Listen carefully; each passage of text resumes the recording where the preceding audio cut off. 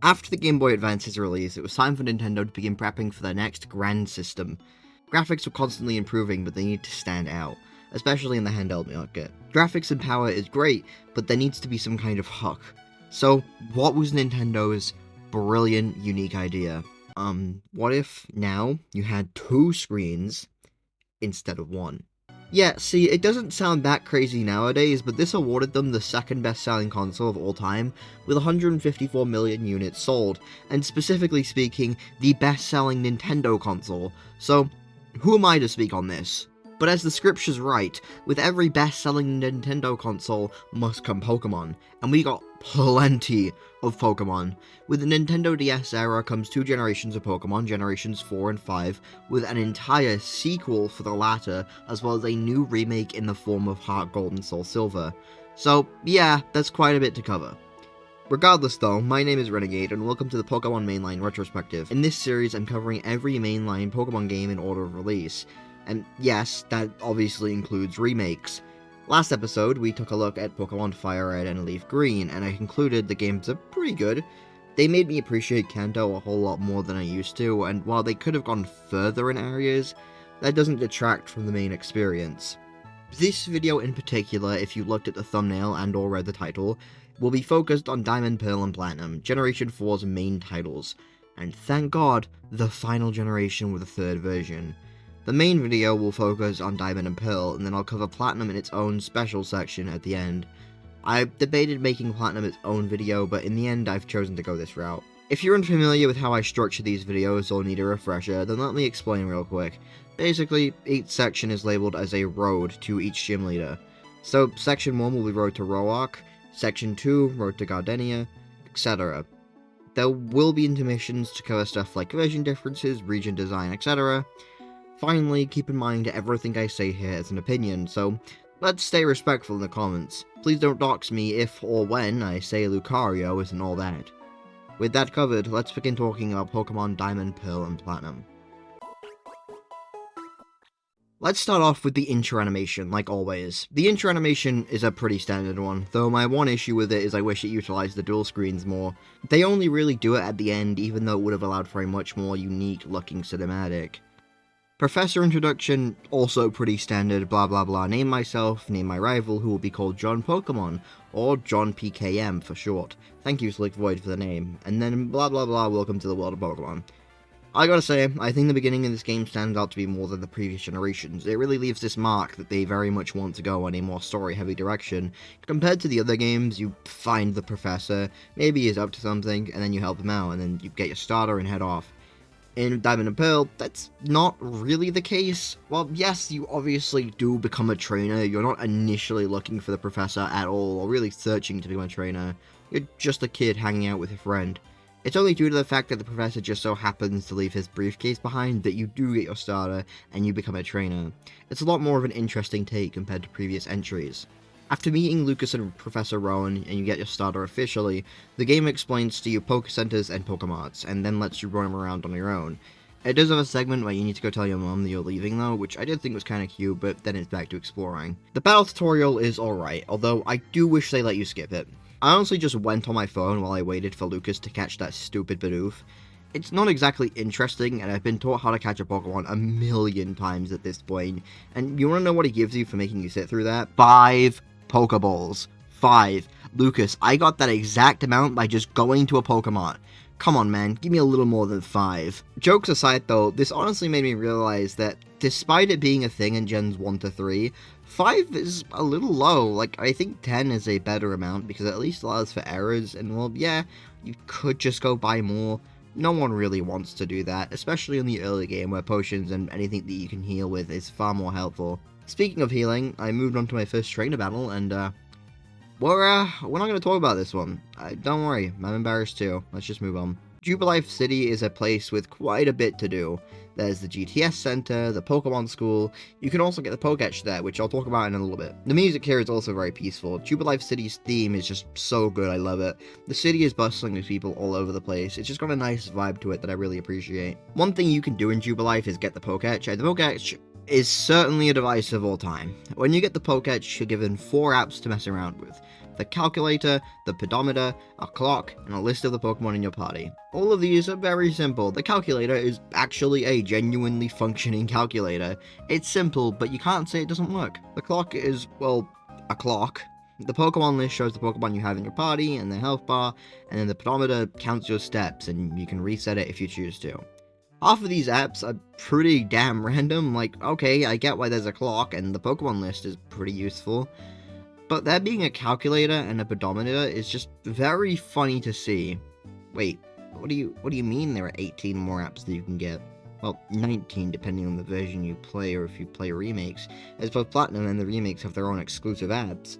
For Platinum, it's the matchup tracker, which you can technically get in Diamond and Pearl, but it was event exclusive, and the remakes have the hidden move app, plus 2 more that were straight up never released. Yeah, this watch just has fucking everything. Like, oh my god, is there a lot here? I'm not even gonna bother going through all of it because we'd be here for a while, but like, wow. Why is there a kitchen timer? I mean, there is a goddamn calendar, a drawing pad, etc. I gotta hand it to you, Game Freak. This is fucking impressive. I'm not sure if any of this is useful, but I'm sure you have your reasons. Moving out of Jubilife, we finally get our first rival fight. I have some woods. On a good note, I'm actually quite enjoying the rivals so far. The previous rivals have been fine, but they're just that, rivals, and even when they try to give them arcs, it hasn't really worked. Blue was just an asshole for zero reason, Silver got slightly better, but they really should have done more for him, and then Brendan and Wally were just unfinished. Wally is barely in the game, and Brendan leaves before he could get even a fully evolved starter. So far, Barry is a nice refresher. He doesn't feel like an asshole, he's just having fun, being a kid. He's energetic, he's excited, he's passionate about exploring the world. It's nice to see. That being said, this fight can go fuck itself. I picked Piplup, so that meant my rival, John Pokemon, got Turtwig. He also had a Starly as well, but that's not important. Once I took out the Starly, the rest of this fight was him spamming Withdraw and then sometimes adding in Tackle. I had to hit this guy 10 times just for him to leave me alone, and him using just Tackle is even worse when you consider Turtwig learns Absorb at level 9. His Turtwig is level 9. Why didn't he have Absorb? This fight sucks so much ass, it's unnecessarily annoying just to kill his stupid ass Turtwig. Then, after that, it was fairly easygoing, battled a few trainers, went through the next routes, got a HM I can't even use yet, and then finally ended up in Orobo City, which also happens to be where the first gym leader lies. There's not really too much to do in this town, besides taking on the gym. Visually it's pretty interesting though, and the music is really fun. Speaking of the gym though, before you're allowed to challenge Roark, you have to go find him in the mines. This is honestly a really pointless segment where all that happens is Rock Smash gets demonstrated a single time. It was definitely just put in for padding. The gym itself is, well, yeah, that's a rock type gym. Very much reminds me of Brock. Not much going on here. My Piplup pretty much cleared it. Since we can't take the path in Oroborg that leads to Eterna City, we have to go back to Jubilife and then take another path to get to Eterna. On the way to leaving Jubilife for the second time, we have our first run-in with the enemy team of this game, Team Galactic, who's also in the middle of jumping the Professor and Lucas. For a first run-in, they were pretty easy. They barely even managed to get a hit off. There's not too much to discuss until we get to Floraroma Town. This is a pretty beautiful town with a ton of flowers all over the place, and oh look at that, Team Galactic is here too. Because once again, the evil team has to take over some kind of power plant or radio station. This is just a really common thing for them to do.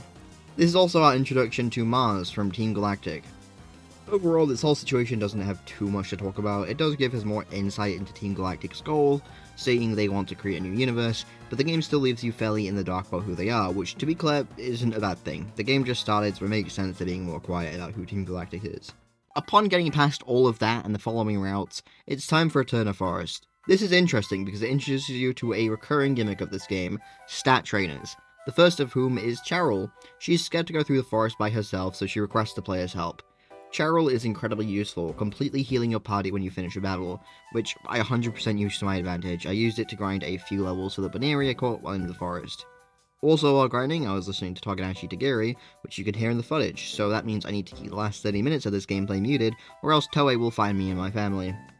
In battle, Cheryl is not as useful. Honestly, she actually kind of sucks. She only has one Pokemon, that being Chansey, with only one damaging move, that being Egg Bomb, which is an okay move. It's not the best, but it does the job. And then she has two healing moves, those being Refresh and Soft Boiled, both of which can only be used on herself.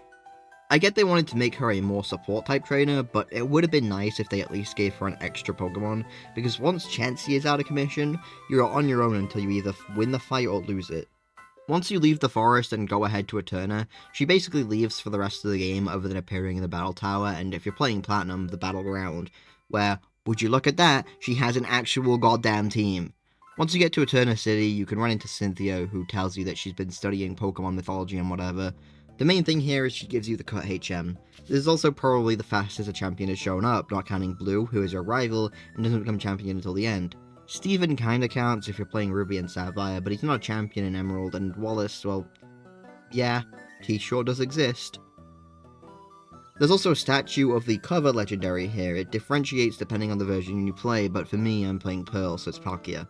There's a ton of Team Galactic members here, but we'll deal with those after we take care of the gym. Before I did the gym, I did grind a little, although not too much, but I guess now is a good time to talk about the XP, or really the grind as a whole in this game. Honestly, it's pretty solid. Fights are fun, but can honestly be very slow at times. So, I guess we can move on to the gym. It's a grass gym, so it has a ton of trees and stuff all over the place. The gym challenge revolves around finding trainers who are hiding in trees. It's alright, I guess. Nothing crazy. It's a pretty good use of the fact the game is not entirely top-down anymore. Something like this wouldn't have really been possible in early generations. But oh boy, let's talk about the gym leader, Gardenia. This fight took me 2 tries because of 2 reasons. 1, Magical Leaf. Fuck Magical Leaf. And 2, this dex is total ass. I'm sure by this point you've noticed that I picked Piplup for my startup. Why? Because he's a silly little guy who I love with all my heart. But it turns out that was the biggest mistake I could have made. Because this gym would present a very harsh reality. Diamond and Pearl have no fire types. Well, correction, it has 5 fire types. 3 of those are the Chimchar line, and the other 2 Ponyta and Rapidash. Yeah, I'm sure by this point, if you're familiar with this gen at all, you're aware of how notoriously dogshit Sinnoh's Pokedex is. I honestly don't think I need to explain. There's plenty of discussions about it online, and even full videos about it. The point is, the fact that if I don't pick Chimchar, I only have 1 option for a fire type in the entire generation is very, very stupid. And it made this gym so much more difficult because of it. I hope whoever made this dex got serious shit for it, because Jesus Christ, man. Gardenia, beyond that, is okay, I guess. Let's move on though. Actually, before I tackle the Team Galactic stuff, we can take a quick intermission to talk about version differences.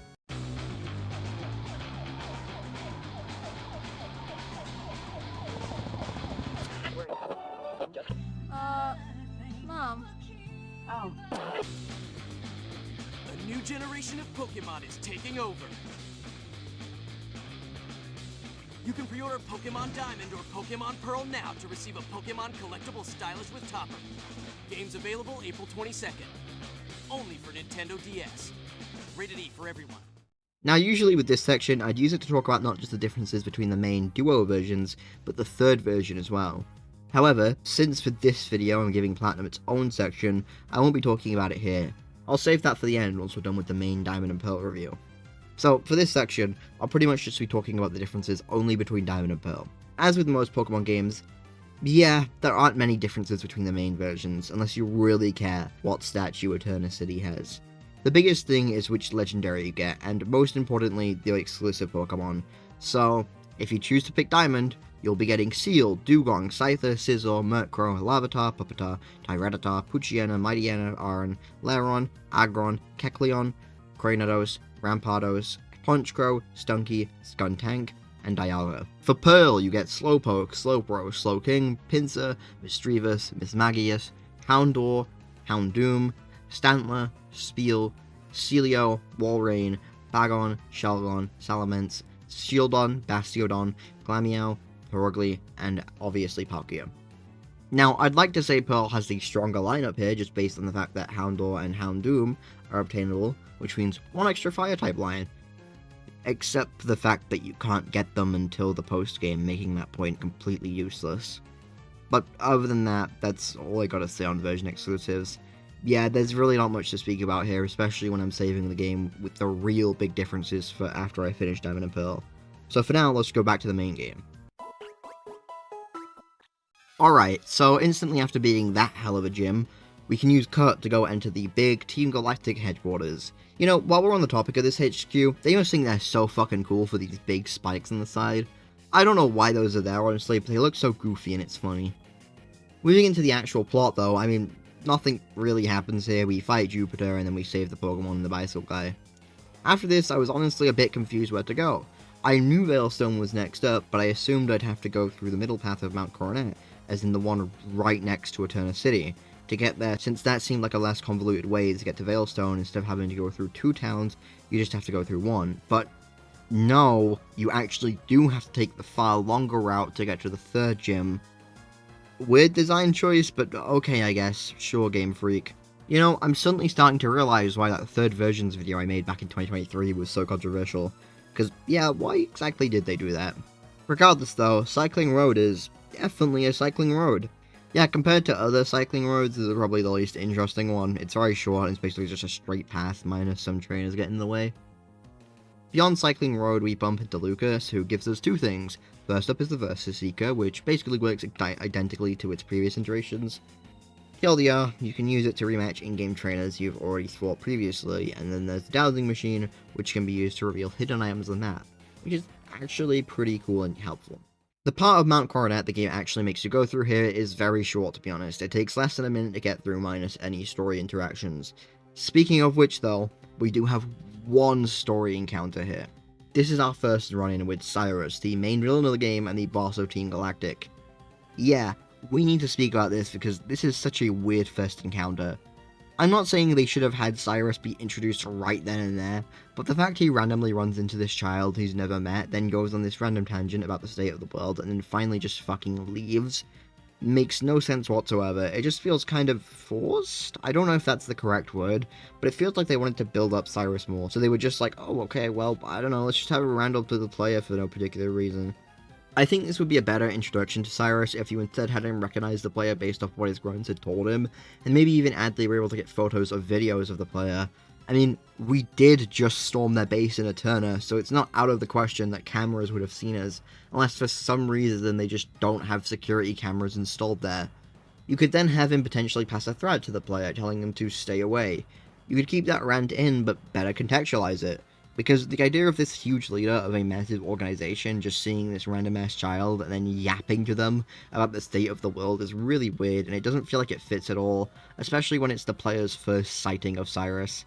But okay, let's move on a bit because I've got some other stuff I need to talk about, such as super contests. You're first introduced to super contests fully when you reach Hearthome City, and since I didn't speak about the contests in the Gen 3 video, because I played Emerald for that, where 99% of contest locations have been replaced by Battle Tents, I figured I'd make up for it and speak about them here. Super contests in Gen 4 are pretty fun. They're basically a huge expansion of the regular contests from Gen 3. It consists of a visual competition, a dance competition, and then an acting competition. Then, at the end, they tally off the scores from all of those and decide on placements. The visual competition consists of you basically dressing up your Pokemon with different accessories and visual effects. It's kinda interesting, but you aren't really given much to work with at the start, so you're very limited in what you can pull off. The dance competition is a rhythm game. There's no other way to put it. One Pokemon will decide the first moves, and then the other 3 Pokemon, aka the backup dancers, will need to copy those moves. As a minigame, this isn't bad at all. It's actually probably my favorite, which is ironic since because I'm not playing through, let's just say very legal means, that I'm not obligated to speak about, this was the one I struggled on the most.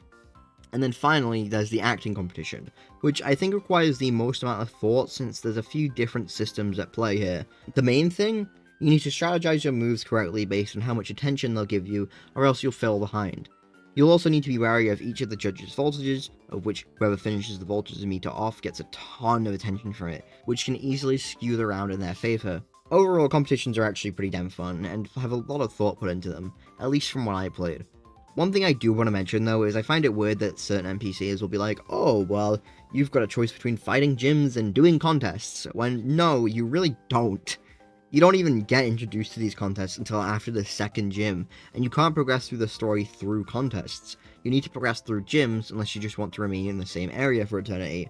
And oh yeah, on that note, did I also forget to tell you that Hearthome is the only location where you can access these previously mentioned super contests? I do think it'd be cool if one day we eventually were able to get a game where you could actually pick between fighting gyms and doing contests, but it's unlikely to ever happen at this point, since Gen 4 is the last generation to ever even have contests. I'm not counting ORAS in Gen 6 and BDSP in Gen 8, which are literally just remakes of Gen 3 and 4. The final thing I do want to mention about this, and it's a pretty small thing, but I do want to bring it up, I do think it's cool that Johanna, aka your mom in this generation, is the one who introduces you to contests. In general, she gets much more to do with being involved with stuff like contests, and you're even able to compete against her in the Master Rank contest, where she has a Kangaskhan.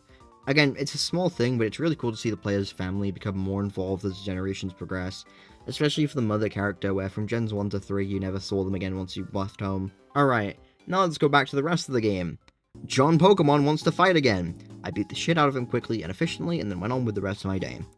Now, I'd like to say that literally anything happens between Heart Home and Veilstone, but genuinely, I think this is the most dead air part of the game so far. I guess I could talk about the underground, but even then there's not much to say there. It's fine, I guess. The mining minigame is kind of fun, and if you have the drill you get from the underground man, you can create a secret base. But beyond that, yeah, I don't have too much to say on it. I would talk about the multiplayer, but since I'm playing through certain means, I can't interact with the DS wireless communication, which I need to experience multiplayer. I also don't have anyone to play with in the first place. This is also partly why I've avoided talking about the global trade system in Jubilife, because I straight up can't use it even if I was using a regular DS, since that requires an online connection which shut down for the DS a while ago. I'm not really going to bother speaking about anything else beyond the underground though, because again, I'm not joking, literally nothing happens in this part of the game. It took me hours of walking through routes to get to Veilstone and nothing fucking happened. I mean, sure, there's some side stuff you could do, but I want to move on with the main story, that's what I'm here for in the first place. In terms of the gym itself, fun gym. Not really much I need to say, honestly. I got to beat the shit out of Lucario. I can't hate. After the gym, Lucas shows up again and we fight Team Galactic because he dropped his Pokedex or whatever. Nothing really happens here beyond that I'm bringing it up because I was able to grab the HM for Fly here. And it was at this point I realized something important. That dead air between Heart Home and Veilstone is actually optional, kind of. Because it turns out you can go to Pastoria, and Jesus Christ, this is not only so much easier, but also so much faster. The only downside here is you can't get Fly, but I mean, Veilstone is still close enough that you could go there immediately after Pastoria. This is another case of nothing really happening, but at least it's much shorter than going to Veilstone. Oh, and the Pokemon Mansion is pretty cool. I got a Soothe Bell there, which I did need, so that's great. When it comes to Crash Awake's gym, I can't lie, the puzzle was kind of confusing at first, but once I understood what I was doing, it got a lot easier. Crash's fight was also fun and felt like a genuine challenge. Okay, so in order to progress the story, you first of all need to go chase after this random Team Galactic grunt. Make sure to brace your ears for this one because I'm about to complain again. My problem with this is that there are tons of Team Galactic grunts all over Sinnoh. Why would I personally go out of my way to speak to this random one in a place full of NPCs with a random dialogue? There's nothing really special about this grunt either. There's no real indication that he's an important NPC you need to speak to progress the story, not a unique design or an automatic event playing when you get near him. He's just there. But if you do care to speak to him, you have to chase him a little, fight him, beat him, and then run into Cynthia, who will finally let you remove those Psyducks that have been blocking the path to Celestic in Route 210. Being positive for a moment, I again want to bring up that I like how Cynthia is more of a character in this game, especially after certain generations where the champions, or really gym leaders in the Elite Four as a whole, barely did shit. To Gen 3's credit, I know Steven technically started the trends of champions appearing more. Again, I'm not counting Blue, but I played Emerald, so Steven as champion doesn't exist in my eyes. Regardless, I do still like how Cynthia actually has a goal and a reason to appear. Beyond that, Route 210 kinda sucked. And to be honest, that's entirely on me. I forgot to get the defog HM, and by the time I realized I couldn't be bothered to go find it, so I just made myself suffer. Now let's talk about Celestic Town. Oh boy, I mean, this section is alright. I like how it focused on setting up the lore for the Lake Guardians and Arceus. But when Cyrus appears and finally reveals his name, it made me realize why, despite me enjoying the game, I didn't know what to think of it. Because honestly, so far the plot has been kinda nothing, and hear me out. Keep in mind when I'm writing this, I'm about to fight the 5th gym. Everything Team Galactic has done up to this point has been entirely set up, and minimal setup at that. They do stuff, but nothing of substance is really happening, when these moments should feel more important. They keep yapping about, oh, we want to make a new world, and then they just leave when you beat them. Cyrus has barely shown himself. The fact that you don't even know his name until right before the 5th gym is absurd, especially when in the previous gen, Maxie and Archie both had their introductions and even a fight fairly early on. Even Giovanni had at least one fight, 2 depending on when you fight Koga, before the 5th gym. So for the game to only just be introducing Cyrus now is honestly very disappointing. Look, all I'm saying is when the only thing Team Galactic, again, at this moment, has done is do setup, yap and then dip when I beat their asses, and then their big team leader also isn't doing shit to make me feel like this team is a threat, and that their goal to make a new world isn't total delusion, I just feel like the plot is a bit slow and beginning to get repetitive. But surely, if Team Galactic isn't doing shit, what are the other main characters doing? Would you believe me if I also said nothing? Lucas is a funny character because he just pops up, goes, "Hey dude, how you doing? Good? Great, good to hear," and then leaves. I don't necessarily dislike Lucas, he's actually pretty chill, I just wish he did more. And then we have the rival. Look, I know I gassed him up earlier, but honestly my feelings have become kinda mixed on him. I don't hate him like everyone else does, but similar to Lucas, I wish he was doing more. A lot of his encounters basically consist of him running into you, fighting you, getting beaten, and then just leaving. He feels very disconnected from the plot after you get your starter, and at this point, I don't even know if he's aware Team Galactic even exists. I don't think he's as bad as Wally or Brendan, who again, I don't dislike either of them, but I don't really think they're very well handled either. Barry can at least put up a fight, which is more than I can say for either of the Gen 3 rivals. But enough negativity, let's talk about the gym for a bit. The gym challenge is honestly pretty easy, it really just requires you to know basic math, although honestly this is a very weird choice for Fantina's gym. I'm not really sure what the thought process was with this one. I guess they really wanted to get some mileage out of the calculator in the Pokédex. And just like the gym challenge, its leader is also very easy, which is a bit disappointing after the game chose her as the leader to build up and make you wait for an anticipation. I won't lie, I did struggle at first because I rushed in without a plan, but once I realized what the fuck I was doing, I reset and had my looks right go first, and from that point on, it was too easy. Crunch just annihilated all of her Pokemon. At least we can move on now. Actually, hey, you know what? Haven't had an intermission in a bit. Let's talk a bit about the region this game is set in. A new Pokemon era begins.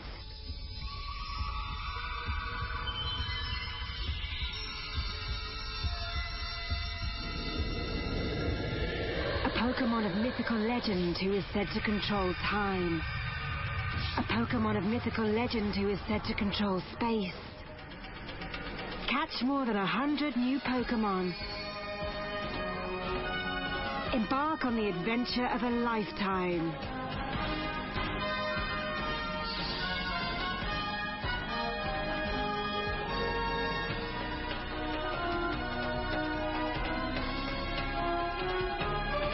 Through Nintendo Wi-Fi connection, you can battle, trade, and even voice chat with friends from all across the world. Pokemon Diamond and Pokemon Pearl, only on Nintendo DS. The Generation 4 trio of games take place in the Sinnoh Region. Sinnoh gets its name from the Japanese words for mysterious and profound, and the actual design of the region is based on the Japanese island Hokkaido, as well as the islands Sakhalin and Kronoshire. I am so sorry if I've mispronounced those. Pokemon regions being based on real-life locations is nothing new really, going as far back as Gen 1, where back then they didn't even come up with a new name. Pokemon's Kanto shares the same name as its IRL counterpart, and this basing the regions off IRL locations thing is still going on to this very day. But besides that, how does Sinnoh hold up in terms of general design? Well, I think it's okay, but compared to previous regions, and I'm particularly talking about Hoenn here, I don't think it holds up as well. Hoenn I honestly believe set the bar pretty high in terms of design, at least for me personally. Each town, city, even the routes felt distinct and different. You had deserts you could explore, entire oceans, Polaba Town, Lava Ridge Town, Pacific Town, Sutopolis, etc. This isn't to say Sinnoh has no unique locations, because it does, but I don't think they live up to what Hoenn had to offer. Even Johto, honestly, as well. I'd argue Sinnoh does have more appealing locations than Kanto, but I think Johto and Hoenn are definitely better. I'm not at all trying to argue that Sinnoh is a bad region, to be clear. I still think Sinnoh is great, and I've enjoyed my time exploring it and going through it, but it's definitely far from my favourite. To be honest, I think just in terms of the games I've done retrospectives on, and not in terms of every Pokemon game I've played, the ranking would probably be Hoenn is my favourite, Johto is second, Sinnoh is third, and Kanto is fourth. If we were to go off every game I've played, the ranking would be a lot different. Spoiler alert, Kalos is first because I have bias, but I will save that for a future entry in this series. Immediately after exiting the gym, Cynthia appears again and rants about Team Galactic, who still technically does nothing in this part of the game. I'll explain the technically in a bit. She then tells us to go off to Canalave and check out the library there. The path to Canalave is very short, literally just fly to Jubilife and then go left. Even the part where you need to use Surf is incredibly quick to get through. Professor Rowan's assistant stops us and upgrades the Pokédex so we can see male and female versions of Pokemon. My question here is, why wasn't this just in the Pokédex from the start? Like, Pokemon genders have been a thing since Johto released. Why did they purposely exclude such a useful feature from the decks? Barry has another battle. I continue the trend of wrecking his team. And then I decided to take a bit of a detour here because this is where Iron Island opens up. And what can you get from Iron Island? Riolu. Yeah, in a cruel twist of fate, I decided to add Riolu, soon to be Lucario, into my team because I was paid to do so. Team Galactic has a bit of a role here, but this part is optional, so that's why I said technically earlier. You fight them with Riley, who is the stat trainer of this part of the game, and who also utilizes Lucario, and he gives you a Riolu egg for it. Riley is a genuinely good stat trainer, better than Cheryl in my opinion, because at least his Lucario can actually put up a fight compared to Cheryl's fuck-ass Chansey. By the way, whoever's bright idea it was to not add a Pokemon Center here, so I have to go all the way back to Recanalave Pokemon Center, so I can free up a slot in my team, then go all the way back to Riley, we need to talk because literally what were you thinking? Aside from Iron Island, I guess I should speak about the library Cynthia was blabbering on about earlier. The library is kinda cool, the third floor has a lot of interesting lore and stories to check out. It's just unfortunate that no one who likes this game will be able to know what it says, because Pokemon fans famously lack the ability to read. The gym is actually fun. I like the gimmick of using the lifts to get up to the gym leader, and there's a good amount of battles here. That being said, the gym leader wasn't tough at all, but it is cool that he does have a connection to Roark, the first gym leader, and that Roark is his son.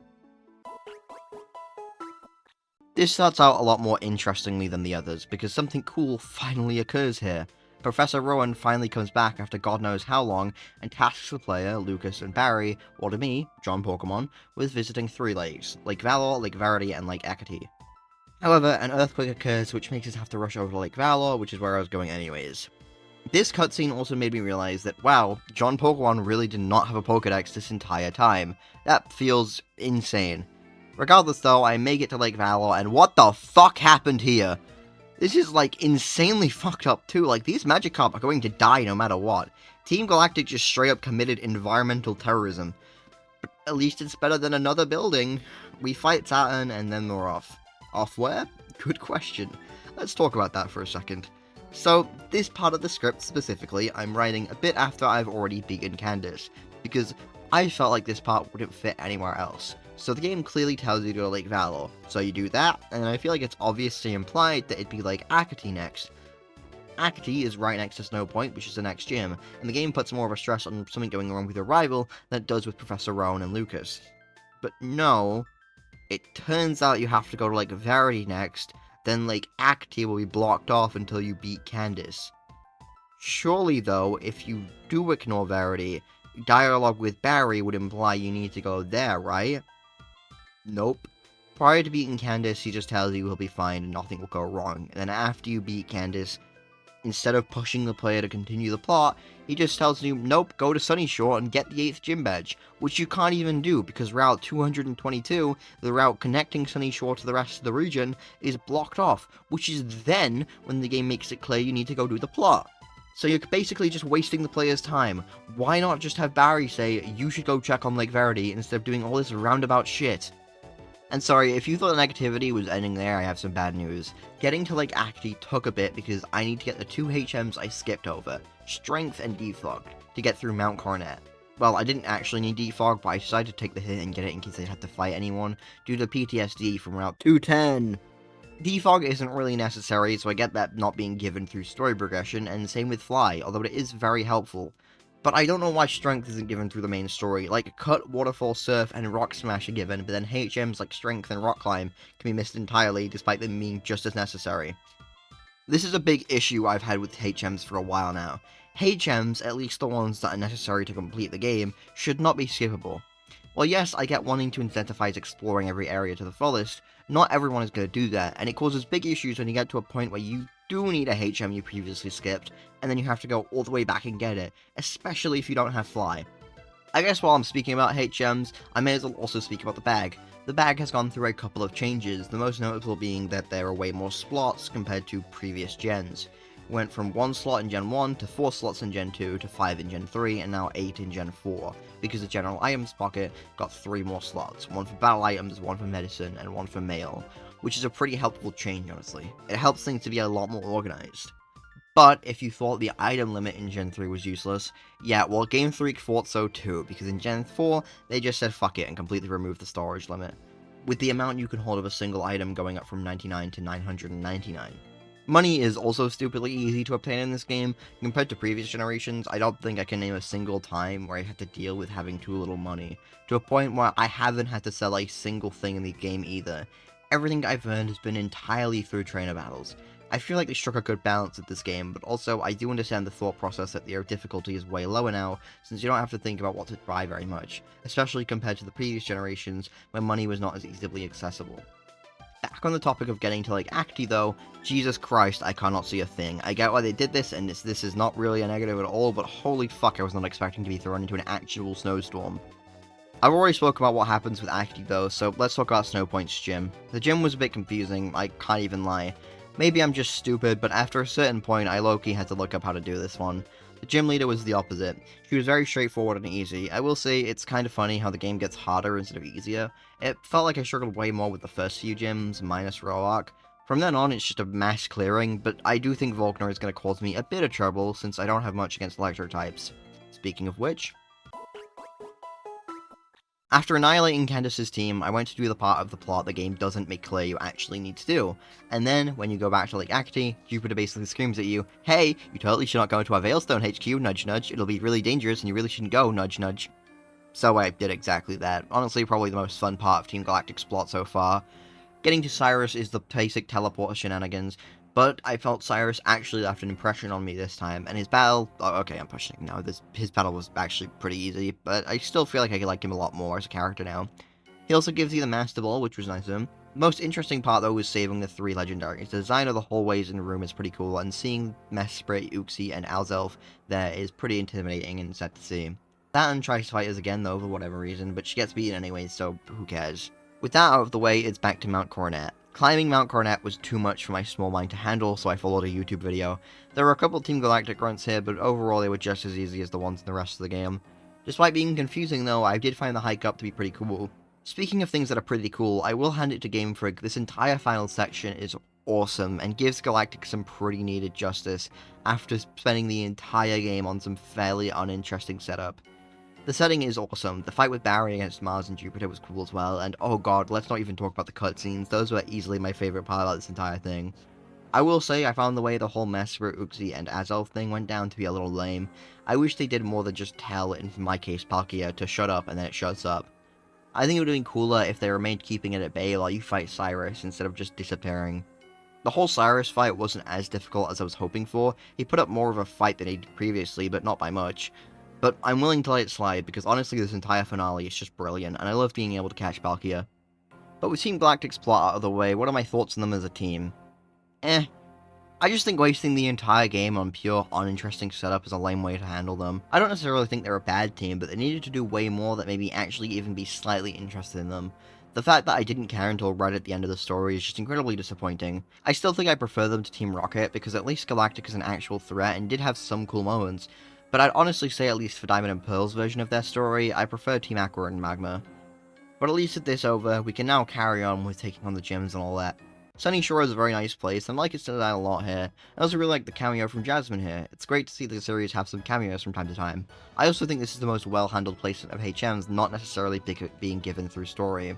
Jasmine will stop you herself when you go up to her, and the only route you can take to start going to Victory Road is the route where she is right in front of. Meaning no one should be missing Waterfall unless you speak to her prior to beating Volkner and forget to talk to her again after, which is more so the fault of you than it is the fault of the game. Speaking of Volkner, his gym fight wasn't that tough, but I want to speak on the gym puzzle because fuck the last part of that puzzle. That shit was way too confusing for me. Something I do like about Volkner is that they do give him a small arc. Flint from the Sinnoh Elite 4 appears when you enter Sunny Shore and lets you know that Volkner is a bit depressed, like he's been going through it. Particularly because no one has been able to match his power yet. When you do beat him, he has this fun moment of feeling joy in his life again. Again, it's a small arc that doesn't really last long, but I do think it helps to give Volkner a lot more personality, which gym leaders used to not get much of. In general, one positive I can give this game is I think its handling of its gym leaders and the champion is much better than previous entries. I think over time they've really begun to hammer home on making the characters feel much more like people, instead of just obstacles for you to get past, and I can appreciate that a lot.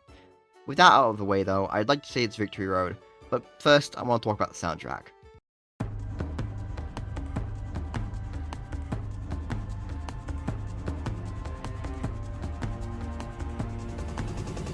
With With over 100 new Pokemon in Pokemon Diamond and Pokemon Pearl, they're gonna be everywhere. Ready to catch, battle, and trade. Pokemon Diamond and Pokemon Pearl. Gotta catch 'em all. Only for Nintendo DS, rated E for everyone. The soundtrack of this game is generally one of my favorite soundtracks ever. Every piece of music in the game, particularly the towns and cities, feels so comforting. This soundtrack is also fucking massive. It's very rare you'll be hearing the same tracks over and over again. It's to a point where each trainer type has their own introduction music. There's just so many tracks and basically all of them are pretty good.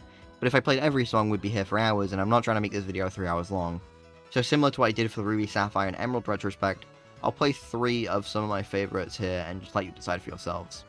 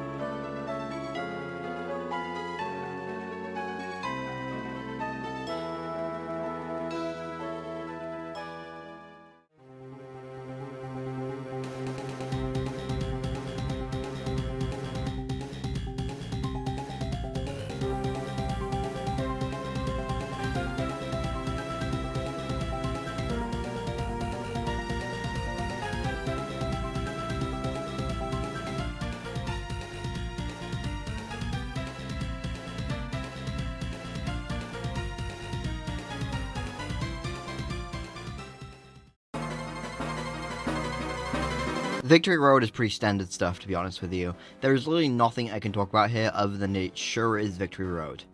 There's not even a rival fight because that happens when you try to enter the Elite Four. Yeah, John Pokemon sure did show up and he sure did get his ass kicked once again. Good to have the final one for the road. Jokes aside, Barry is actually an okay rival. I don't think he's perfect in any sense of the word, but he's definitely better than whatever Gen 3 had going on with Wally not appearing in 90% of the game and Brendan just never getting a fully evolved team. And I definitely prefer him over Silver and Blue as well. Although he can be a bit annoying, he's still a fun rival at the end of the day, and that's really all I can ask for. But now, it's Pokemon League time. Actually, hold up, first I need to say something. Yes, you'll probably see my levels swap about a bunch in the footage. That's because I could have just grinded all my Pokemon to level 66 and called it a day, but I chose to use Rare Candies, aka cheating, to my advantage and constantly leveled up my Pokemon after each fight, so it'd be a somewhat equal playing field. So if anyone comments about that, that's why. Okay. First up is Aaron. Solid fight. My main problem was this Drapion because its only weakness is ground type and I didn't have any ground type moves, so I had to stick Palkia on it and just hope it worked out well. And it mostly did, although Palkia did take quite a bit of damage. This is a common issue I found myself running into with this Elite Four, which made the fights a lot tougher. I prepared a lot before going in, making sure I knew who was going to counter what, if I had a good amount of heals, etc. But for Pokemon where I had no counters, either because there was a type I didn't have, or the Pokemon just had no weaknesses, I basically had to say fuck it, we ball, and only consider their resistances. And I want to make clear, none of this is a bad thing, not at all. It actually made the game way more engaging because I had to think more. And that continues on with Bertha, where her biggest strength was her Quagsire and Whiscash.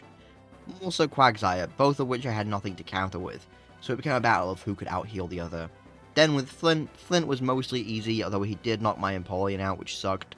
Thankfully though, I had other counters to his team, so it didn't matter. Then, shockingly, Lucian was the easiest one. I really did expect to have more trouble with him, but who cares, I won anyways. And then, we had Cynthia. To be honest, Cynthia definitely was the one I was most scared for. Not because she's the champion, well, partly because of that, but because of her reputation in the Pokemon community. She's synonymous with the idea of the toughest champion. I do think she's a pretty well-designed fight, her team is well-balanced, she has a lot of strong moves, and plenty of heals to go around. But I will say this, if you prepare well, I don't think she's that tough. I think the main reason she's gained such a high level of reputation is because people played this game when they were young and didn't really know how to team build or really prepare at all for anything. And granted, if I was 7 years old playing this game, I would also not have won. I would have absolutely eaten shit. I'm not afraid to deny that. But as you get older and learn how to, actually play the game, I think Cynthia's level of difficulty drops down a lot. With Cynthia down low, that means I have officially become champion. Overall, the game took me about 24 hours of playing to beat. It probably would have been longer had I not stopped grinding after a certain point, but whatever. Like always, here's my Hall of Fame team.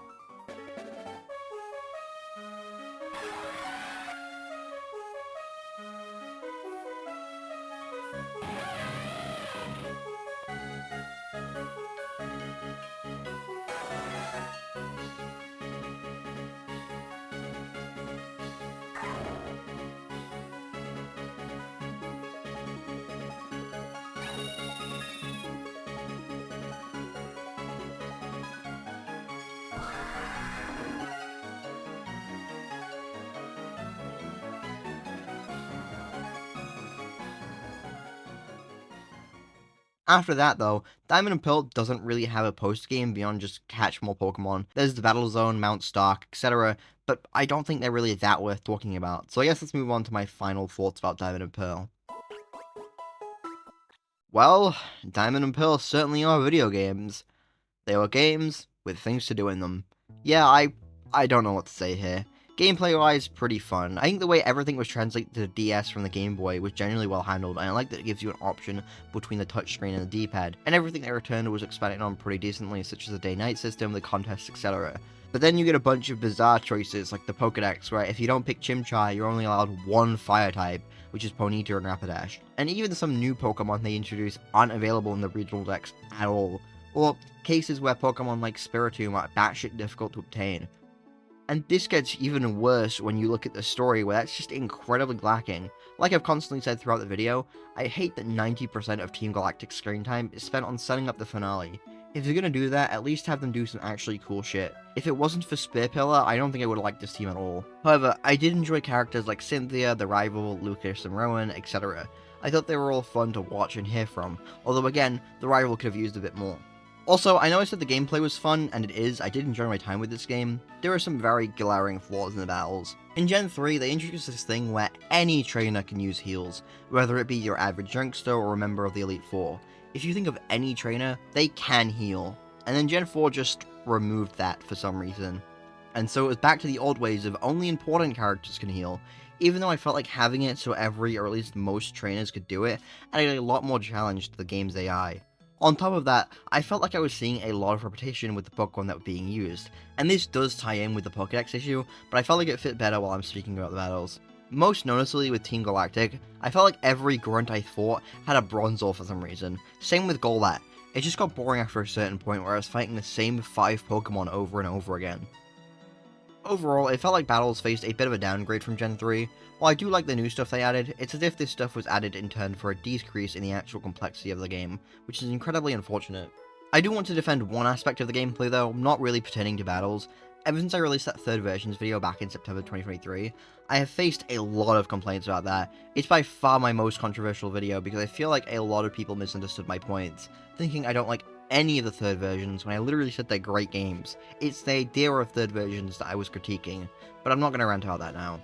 There's one specific point I saw a lot of people bring up, said point being the backtracking of Diamond and Pearl, and I'm going to be honest, I think that point was overblown. Although yes, there is a large nothing gap between Gardenia and Maylene, that's really the only part of the game.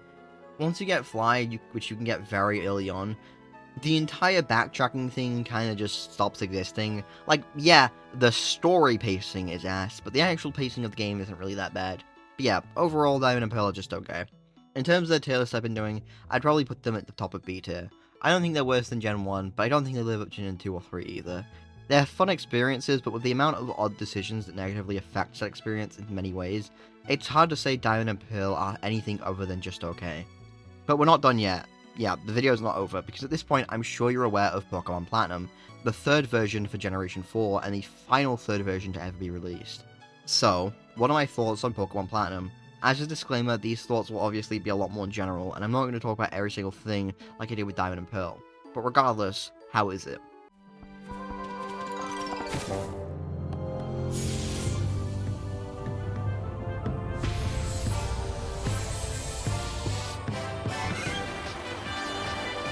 With hundreds of Pokemon to catch, battle, and trade, prepare for one of the most exciting Pokemon adventures yet. An epic new journey awaits you. Pokemon Platinum, rated E for everyone. They did it. I'm not getting almost every complaint I had in my review of Diamond and Pearl is fixed completely here. Remember how I complained at the start of Fantina's section about how the story of Galactic Grunt isn't properly integrated into the story? Or how you can easily miss like Verity and go as far as getting to like Acti and beating Candice before you even go near Verity? Or how Cyrus not only doesn't have enough fights but enough appearances in general, or how... yeah, you get the point by now. Even outside of the story, the difficulty feels pretty largely increased. There's a lot of design changes to certain areas. Some gyms, such as Fantina and Maylene, got massive overhauls to their gym challenges. Like for Fantina, her puzzle is now a stealth puzzle instead of math. 3 out of 4 of the HMs that I complained about were too easy to miss in Diamond and Pearl are impossible to miss in Platinum. The game forces you to go to Iron Island so you can speak to Riley and get strength, otherwise you can't progress. Lucca automatically forces you to get Fly, and while you aren't given Defog, you're told where to go to get it from Barry. The only example of nothing changing here is Rock Climb, which is honestly weird considering that's way more important than Defog, but whatever, you're still given 7 out of the 8 HMs. Even the fucking intro animation in Platinum utilizes the dual screens, like I critiqued at the start of the video.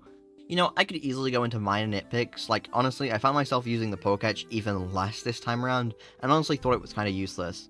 Or how I think battles can still be a bit slow at times. But man, who cares? Platinum is such a massive improvement. Hell, you know how I love seeing Pokemon League members getting involved in the story? Well, this game has even more of that. Maylene shows up at Snow Point, Crasher has a fun dynamic with their rival, etc. And yeah, Team Galactic, god damn, everything from aesthetic to the actual involvement in the story is expanded on heavily. Lucca is a really fun addition to the cast, and Cyrus is showing up everywhere now. In Diamond and Pearl, you don't meet him until after the 2nd gym, and don't fight him until after the 7th gym. In Platinum, you meet him immediately at the start of the game and fight him after the 5th gym. Plus, you know we gotta talk about the Distortion World. The Distortion World is incredible. Design-wise, it's impeccable, and while there's obviously not much to do in it besides main story stuff, it's a great display of the DS's power, and really helps to solidify Giratina as far more of a threat, even if, you know, you can just catch him instantly with Master Ball. I also critiqued earlier how I found Uxie, Azelf, and Mesprit's implementation into the Diamond Pearl finale to be a bit underwhelming. This game fixes that and gives them a much larger role within the Distortion World. I could really gush on and on about this game, but I won't. This video has gone on long enough, I need to get it out eventually. To conclude though, while I don't think Platinum is perfect, it is leagues above Diamond and Pearl. It really makes you question why Diamond and Pearl were released the way they did, when Platinum is pretty clearly the intended experience. Nearly every change Platinum makes feels like it's for the better in a way I can't begin to describe, and none of it really feels like an add-on. It's as if it was always here. I don't regret playing Diamond and Pearl though, if anything it just really made me appreciate everything Platinum does more, and I still enjoy my time with them. In terms of the tier list for Platinum, it's an easy S tier for me. I don't think it's as good as Emerald, but it's damn close. With that said, as much as I'd like to go through Gen 5, in the next episode in this series, I'll instead be covering the famed Generation 2 remakes, Heart Gold and Soul Silver. But until then, thank you all for watching, and I'll see you all next time. Oh, and 3rd version's still stuck by the way. Yeah, I love Crystal, Emerald, and Platinum, but these should have just been the original games.